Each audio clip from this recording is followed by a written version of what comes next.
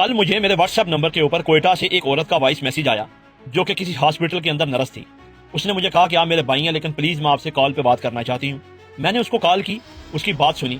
آپ یقین کیجئے کہ اس کی کال میں صرف اور صرف رونا ہی تھا اور کچھ نہیں تھا. وہ یہ کہہ رہی تھی کہ میرے 5 بچے ہیں, سب چھوٹے ہیں اور میں اکیلی کمانے والی ہوں, لیکن اس وقت ہم اتنے انسیکیور ہیں کہ ہمیں صرف کوئی نہ کوئی آپشن بتا دیں کہ ہم کون سے ملک میں جائیں. ہم وہاں جا کے محنت مزدوری کر لیں گے, کوئی ریڑھی یا ڈھابا لگا لیں گے, لیکن اب ہم یہاں رہنا نہیں چاہتے کیونکہ میں اپنے بچوں کو لے کر ہر وقت انسیکیور رہتی ہوں. پتہ نہیں ہوتا وہ سکول گئے یا واپس آئیں گے نہیں, وہ مارکیٹ گئے یا واپس آئیں گے نہیں, میں جاب پہ گئی ہوں میں واپس گھر آ پاؤں گی نہیں.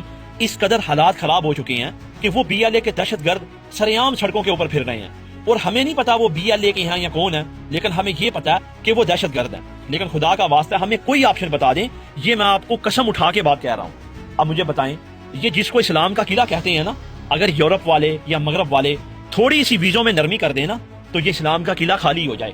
اس وقت حالات یہ بنے ہوئے ہیں کہ دنیا کا کوئی ملک پاکستان کے لوگوں کو ویزا دینے کو تیار نہیں ہے. اس کا مطلب یہ نہیں ہے کہ ہمارے لوگ برے ہیں, اس کا مطلب یہ ہے کہ ہمارے لوگ جا کے وہاں سکپ ہو جاتے ہیں. کیوں ہوتے ہیں؟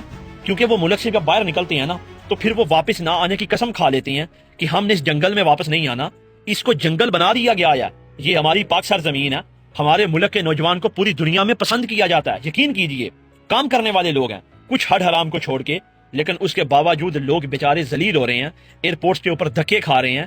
امیگریشن والے ان کی طرح طرح سے جو ہے نا وہ ویریفیکیشن کرتے ہیں, سوال جواب کرتے ہیں, ان کو بے عزت کرتے ہیں. ہمارا قصور کیا ہے کہ ہمارے ہاتھ میں یہ پاسپورٹ ہے جس ملک کے اوپر جرنیلوں نے قبضہ کر کے رکھا ہوگا. اب جب ملک کے اندر کوئی کام ہی نہیں ہوگا, کوئی جاب ہی نہیں ہوگی, کوئی فیوچر ہی نہیں ہوگا, کوئی روزگار ہی نہیں ہوگا, تو کہاں جائیں گے لوگ؟ اور اس سے بڑھ کر جب لوگوں کو اپنی جان کے لالے پڑ جائیں, اپنے بچوں کی عزت جو ہے نا اس کے لالے پڑ جائیں, تو پھر وہ نکلنے کی کوشش کریں گے. پھر اگر کوئی ملک ان کو ویزا بھی دے دے گا نا تو وہ وہاں جا کے بھی واپس نہیں آئیں گے, چاہے وہ وہاں انلیگل رہنا شروع کر دیں. آپ دنیا کا ریکارڈ اٹھا کے دیکھیں, سب سے زیادہ کس ملک کے لوگ جو ہے نا وہ یہ اپلائی کر رہے ہیں پناہ لینے کے لیے؟ ہمارے پاکستان کے. بدقسمتی ہے نا, شرم آتی ہے ہمیں, لیکن کیا کر سکتے ہیں. جن جرنیلوں نے, ان سیاستدانوں نے اس ملک کے نوجوان کے اوپر زمین اتنی تنگ کر دی ہے کہ جہاں تو وہ بھوک سے مر جائے یا بھاگ جائے یا بندوق اٹھا لے. کیونکہ اگر ووٹ ڈالے گا تو ووٹ اس کے بدلے جائیں گے, اگر آواز اٹھائے گا تو اٹھا لیا جائے گا, اگر زیادہ بولے گا تو مسخ شدہ ملے گا. کریں تو کیا کریں؟ اس نظام کے خلاف ہمیں لڑنا پڑے گا میرے پاکستانیوں. یاد رکھنا, یہ جرنیلوں کے اور سیاستدانوں کے ہاتھ اب آپ کے گلوں تک پہنچ گئے ہیں. اب یہ آپ کی عزتوں سے کھیلنا شروع ہو گئے ہیں. آپ کو اس نظام کو ختم کرنا پڑے گا. میں آپ کو دعوے سے کہتا ہوں کوئی آ کے ختم نہیں کرے گا.